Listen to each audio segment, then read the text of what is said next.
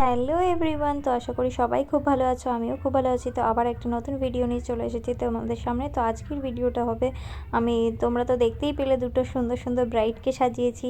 তো ওরা তো এমনি খুব সুন্দর দেখতে, তো তার উপর আমার একটু কাজ তো থাকবেই। মানে বিয়ের দিন সবারই একটু মেকআপ আর্টিস্টের কাছে সাজার খুবই ইচ্ছে থাকে। তো আমি একটু চেষ্টা করেছি মানে ওদের সৌন্দর্যকে আরও সুন্দর করে ফুটিয়ে তোলা। তো দেখো, প্রথম ব্রাইডের লোকেশনে চলে এসেছি।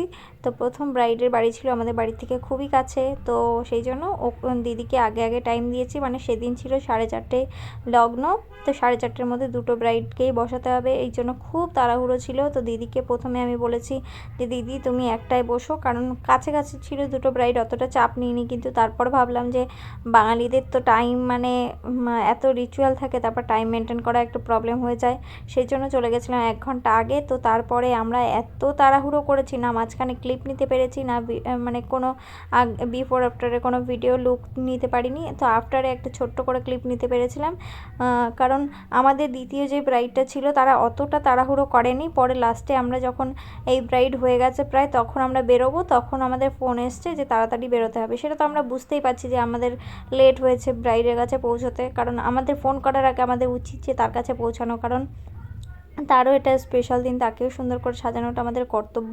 তো দেখো, দেখতেই পেলে তোমরা দুটো ব্রাইডাল লুক। তো কেমন লাগলো তোমাদের লুকটা অবশ্যই সবাই কমেন্ট করে জানিও। তো দুজনেই খুব মিষ্টি দেখতে। তো দেখো, একদম সিম্পল সাটেল আই মেকআপ, একদম হাফ কাট ক্রিজের মধ্যে এই আই মেকআপটা করা হয়েছে। আগেরটা দিদি যেটা করেছি, তো সেই দিদিটা একদমই সিম্পলের মধ্যে ছিল। তো কেমন লাগলো ভিডিওটা সবাই অবশ্যই কমেন্ট করে জানিও।